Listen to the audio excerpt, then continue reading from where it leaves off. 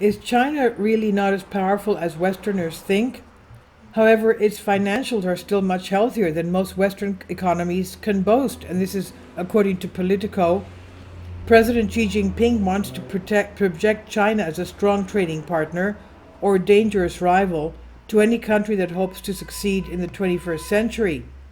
And according to Stuart Lau and Phelim Kin of Politico, the rise of the Eastern and the decline of the West is his motto, the rise of the East, decline of the West. As Chinese growth soared and Western policymakers worried about how to respond, it became a national catchphrase. But among the Chinese people, and increasingly in the boardrooms of Europe, a different story is beginning to be told. Beijing's march to global economic dominance may not be invincible after all. China has barely managed to achieve the GDP growth it expected after freeing its economy from pandemic restrictions. The property market is in crisis, and youth unemployment has risen to dangerous levels, and one estimate is putting it at 50%. Private entrepreneurs are increasingly living in fear of what the government will do to their businesses, and consumers have stopped spending the way they did in the good old days before COVID.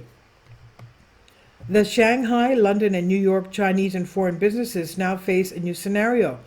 What if the slowdown in China is here to stay? The risks of a major economic crisis in China, or perhaps an imminent stagnation in sustainable economic growth, are increasing, says Jacob Kickgard, senior fellow at the Peterson Institute for International Economics, as he told Politico. However, what happens in China's economy is of enormous importance for the whole world.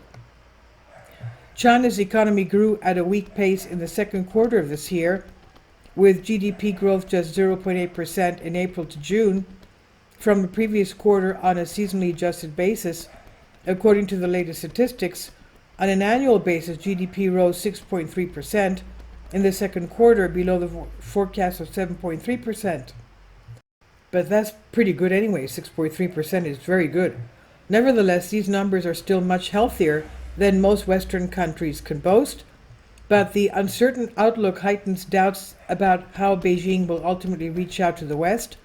For now, analysts remain divided over whether Xi will put on a friendlier face or whether instead tougher economic times will encourage Communist Party hardliners to seek flashpoints with the US or Europe in order to wrest the attention of public opinion and strengthen nationalist sentiment in China. Even the leaders of the Communist Party do not hide their problems.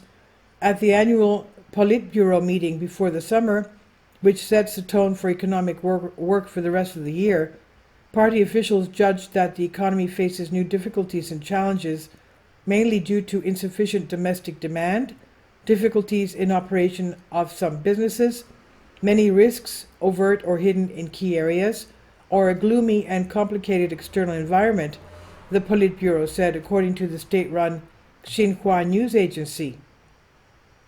In Europe, as well as in the US, governments are fundamentally reassessing their own financial vulnerabilities. Russia's invasion of Ukraine has shocked EU governments enough to reconsider their reliance on supply chains controlled by potentially hostile regimes. Europe has mostly cut itself off from Russia fossil fuel imports, but remains dependent on China for critical raw materials that are battery components that will be vital to the green energy transition, among other sectors.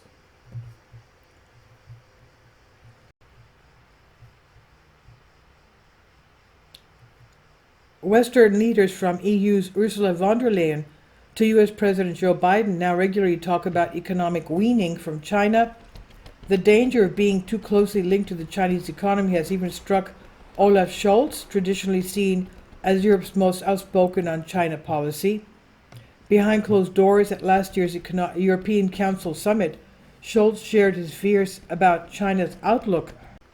Speaking shortly before his first trip as German leader to Beijing, he told his EU counterparts that there could be a massive economic crisis if Beijing failed to manage its crisis, according to two diplomats briefed on the conversation. Italy's new Prime Minister, Giorgia Meloni, is preparing to withdraw from a deal that Rome signed as part of the Xi's secular infrastructure plan, the Belt and Road Initiative. And the government of France, Emmanuel Macron, the president, has in recent weeks taken a more critical line towards Beijing, especially over its stance on Ukraine.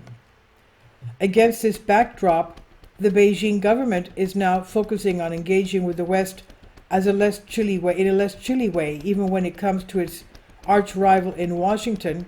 Several U.S. officials, from Secretary of State Antony Blinken to Treasury Secretary Janet Yellen, have visited China in recent months, and Commerce Secretary Gina Raimondo is expected to go later this summer.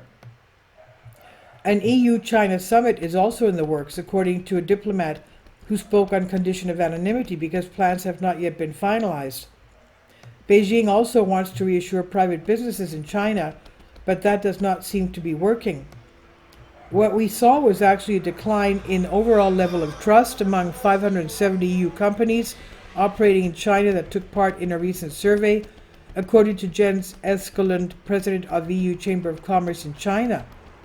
And a lot of that has to do with an increased level of uncertainty about where China is, particularly the Chinese economy, said Eskelund, whose chamber represents 1,700 most European companies and entities in China.